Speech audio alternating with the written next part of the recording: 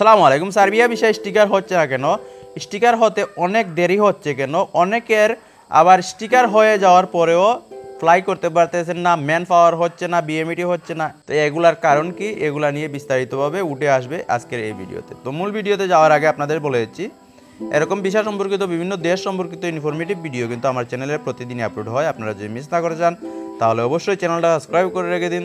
তো চলে যাচ্ছি এবার মূল ভিডিওতে। দেখুন, এই ভিডিওটা কিন্তু বানাতে অনেক সময় নিয়েছি, প্রায় 2 মাস সময় নিয়েছি। এই ভিডিওটা কিন্তু অনেক আগে আসার কথা ছিল, কিন্তু অনেকের সাথে আলাপ আলোচনা করতে হয়েছে। বিস্তারিতভাবে সঠিক ইনফরমেশন পাওয়ার পরই এই ভিডিওটা আমি মেক করতে যাচ্ছি এবং আপনাদের সামনে পাবলিশ করতে যাচ্ছি। তো অবশ্যই আশা করব এই ভিডিও নিয়ে আপনার মতামতটা জানাবেন, আপনার কি অভিজ্ঞতা রয়েছে এগুলোও শেয়ার করবেন এবং আপনারা যদি সার্বিয়া থেকে দেখে থাকেন তাহলেও জানাবেন। তো চলুন মূল প্রসঙ্গে চলে আসি। অ্যাপ্রুভ হয়েছে অনেক আগেই, এখনো পর্যন্ত আপনার ভিসাটা স্টিকার হচ্ছে না। 3-4 মাস হয়ে গেছে এরকম কমেন্টও আমি পেয়েছি। তো এখনো পর্যন্ত আপনি স্টিকার পাচ্ছেন না। অ্যাপ্রুভাল পাওয়ার পরও দালালকে আপনি প্রশ্ন করেছিলেন, দালাল এখানে বলতেছেন যে অপেক্ষা করেন, কিছুদিন অপেক্ষা করেন। অপেক্ষা ছাড়া আর কিছুই বলতেছে না। তো অনেকে জানতে চেয়েছেন যে আসলে ভিসাটা স্টিকার হতে মিনিমাম সময় কতদিন লাগে। আপনাদের যে বলি, এখানে এই ভিসাটা স্টিকার হতে আসলে যে সময়টা লাগে, ম্যাক্সিমাম সময়টা অন্যান্য দেশের ক্ষেত্রে বা আমাদের দেশের ক্ষেত্রে এটা 7 থেকে 28 দিন পর্যন্ত সময় লাগে। আবার অনেক দালাল এখানে বলতেছে যে আগামী 7 দিনের ভিতরে যদি ভিসাটা স্টিকার না হয় তাহলে আপনি আমাকে আরও অতিরিক্ত 1 লক্ষ টাকা দিবেন, আমি আন্ডার টেবিলে করিয়ে নিয়ে আসবো। তো এই বিষয়টা আসলে সঠিক কিনা, আমি এখানে যদি একেবারে এক কথায় বলি তাহলে বলতে হবে এরকম কোনো কাজই হয় না বর্তমানে, এরকম কোনো কাজ হওয়ার সম্ভাবনাও নাই। হয়তো হতে পারে, এটা আমার জানা নাই, তবে কিন্তু এটা ইলিগেল প্রসেস। যদি আপনি লিগেল প্রসেসে আপনি ফ্লাই করতে চান তাহলে অবশ্যই লিগেল প্রসেসে আপনাকে ভিসাটা নিয়ে আসতে হবে। হয়তো এরকম যদি আপনি ইলিগেল প্রসেসে ভিসাটা নিয়ে আসেন তাহলে আপনি ফ্লাই নাও করতে পারেন, বিষয়টা আপনার জালও হতে পারে। এরকম কিন্তু ধরা খেয়েছে বাংলাদেশে অনেক এজেন্টের কাছে। তো এখানে আর একটা ইনফরমেশন আপনাদের দিয়ে দিই, যদি এখানে 2.5 থেকে 3 মাসের উপরে আপনার চলে যায় সময়টা, তাহলে অবশ্যই আপনি ওর কাছ থেকে ফাইলটা উঠিয়ে নিয়ে আসবেন। কারণটা হচ্ছে আপনি আর ফ্লাই করতে পারবেন না বা আপনার বিষয়টা স্টিকার হবে না। এটার অনেকটা রিজন আছে, একটু পরে আলোচনা করতেছি। তো কেন হয়, কেন লেট হয়, এটা নিয়ে প্রথমে আলোচনা করি। দেখেন, এখানে লিগেলভাবে যদি আপনার ফাইলটা আসতে একটু লেট হয়, তার কারণটা হচ্ছে অনেক দেশের কাজ হয় এখানে।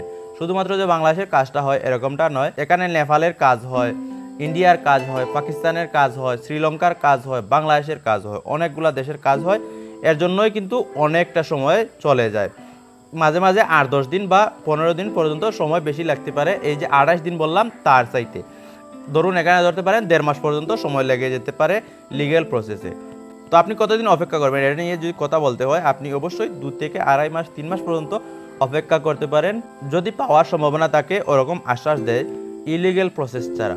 ইলিগেল প্রসেস মানে বললাম যে আন্ডার টেবিলের যে কাজটা ওইটা ছাড়া যদি হয় তাহলে আপনি 3 মাস পর্যন্ত বা 2.5 মাস পর্যন্ত অপেক্ষা করতে পারেন, তারপরে আর ফাইল উঠিয়ে নিয়ে আসবেন।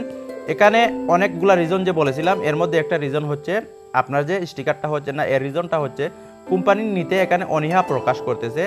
মানে ধরুন আপনার যাওয়ার কথা ছিল আরও 6 মাস আগে বা 1 বছর আগে, সেটা স্টিকার হতে অনেকগুলো সময় লেট হয়ে গেছে। এর জন্য কিন্তু কোম্পানি অনীহা প্রকাশ করতে পারে আপনাকে নেওয়ার জন্য, কারণ তার যে প্রজেক্টের দরকার ছিল ওই প্রজেক্টের কাজ অলরেডি শেষ হয়ে গেছে বা অন্য রিজন থাকতে পারে, কোম্পানি এখানে অনীহা প্রকাশ করতেছে। গ্রুপ অ্যাপ্রুভাল যদি হয়ে থাকে তাহলেও আপনার যাওয়ার সম্ভাবনা কম। মানে এখানে লোকের প্রয়োজন ছিল 50 জনের, অলরেডি তারা 20 জন লোক নিয়েছে। 20 জন লোকেরই কিন্তু নেওয়ার কথা ছিল। তো গ্রুপ অ্যাপ্রুভালের কারণে অ্যাপ্রুভালটা আপনার সাথে হয়ে গিয়েছে ওদের সাথে। তো আপনার আগে আরও 20 জন চলে গিয়েছে, এর জন্য কিন্তু আর লোকের প্রয়োজন হচ্ছে না, এর জন্য আর তাদের নেয়ার প্রয়োজন নাই, আপনাকে কিন্তু আর নেবে না। আপনি অবশ্যই ফাইলটা উঠিয়ে নিয়ে আসতে পারেন, পাসপোর্টটা নিয়ে আসতে পারেন। এরকম যে গ্রুপ অ্যাপ্রুভাল হয় এগুলো বেশিরভাগই হয়ে থাকে সাপ্লাই কোম্পানি থেকে, এটা আপনাদের অবশ্যই জানা উচিত। তারপরে আরেকটা কারণ আছে, এখানে লোক পালিয়ে গিয়েছে। মানে আপনারা একসাথে 50 জন লোক যাওয়ার কথা ছিল, এর মধ্যে 20 জন লোক চলে গিয়েছে, 20 জনের মধ্যে 18 জন পালিয়ে গিয়েছে। আমাদের বাঙালি ভাই 18 জন পালিয়ে গিয়েছে। তারপরের ধাপে যে আপনাদের যাওয়ার কথা ছিল ওইখানে আর লোক নেবে না, তার কারণটা হচ্ছে তারা এখানে বুঝে গিয়েছে যে বাঙালি লোক যারা আছে 20 জনের মধ্যে 18 জনই পালিয়ে গিয়েছে, আর যাদের নিয়ে আসবো তারাও পালিয়ে যাবে। এজন্য তারা এটা রিভিউর মধ্যে রেখে দিবে, ওই দালালকে বলবে যে আপনি কিছুদিন অপেক্ষা করেন, আমরা ভেবে চিনতে আপনাদের যে লোক পাঠিয়েছিলেন তারা পালিয়ে গিয়েছে, আমরা ভেবে চিন্তে আপনাদের নতুন যারা লোক আছে তাদের নিয়োগ দিব।